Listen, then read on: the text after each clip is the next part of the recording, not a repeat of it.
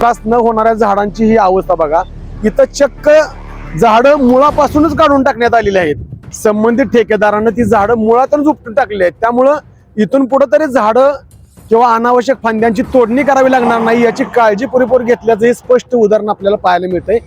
सातारा लातूर रस्ता आपण पाहतोय आणि या रस्त्यावरती अनावश्यक वाढलेली काटेरी झुडपं काढण्यासाठी पाठीमागं आपण एक बातमी तयार केली होती आणि या बातमीच्या अनुषंगानं हा जो रस्ता आपल्याला दिसतोय त्या ठिकाणी अतिशय चांगल्या पद्धतीनं व्यवस्थितरित्या काटेरी झुडपं काढलेली आहेत.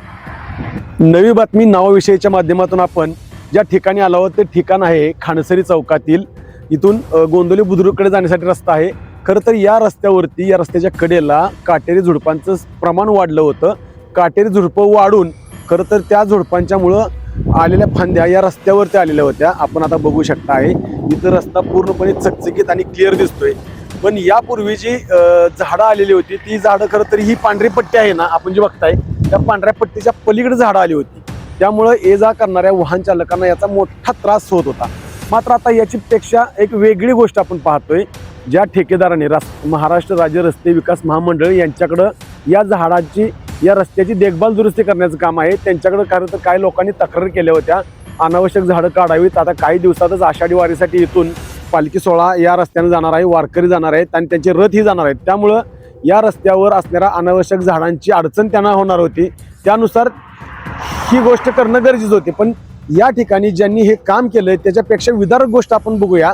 खरं तर वृक्ष लावा वृक्ष वाचवा अशा पद्धतीनं शासनाचा जो हा उपक्रम आहे झाडे लावा झाडे जगवा. पण इथं मात्र अनावश्यक झाडं काढण्याऐवजी ज्या ठेकेदारांनी हे काम घेतलं होतं या ठेकेदारांनी ही झाडं खरं तर फांद्या मोडून पाडून टाकलेली आहेत.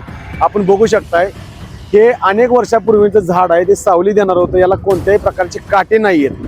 मात्र त्या संबंधित ठेकेदारानं झाड काढताना न काळजी घेतल्यामुळं इथं आपल्याला या फांद्या पूर्णपणे काढून टाकल्याचं पाहायला मिळतंय. या ठिकाणच्या रस्त्याची दुसरी बाजू आपण बघूया की ज्या ठिकाणी काटेरी झुडपं काढलेली आहेत. रस्ता स्वच्छ केलेला आहे.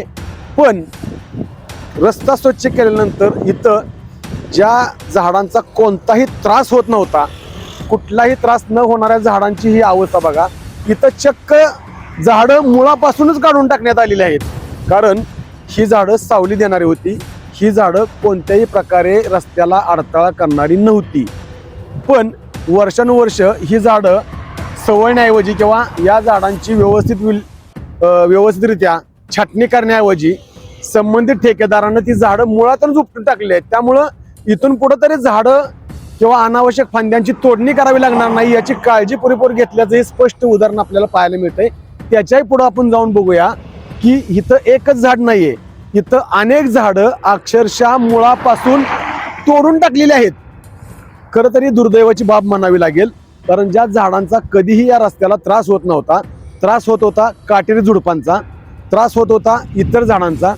पण त्या झाडांचा त्रास होणारी झाडं काढण्याऐवजी चक्क इथं चांगल्या पद्धतीची न त्रास देणारी झाडं काढलेली आहेत. खरं तर हे चित्र बघून मन हे लावते.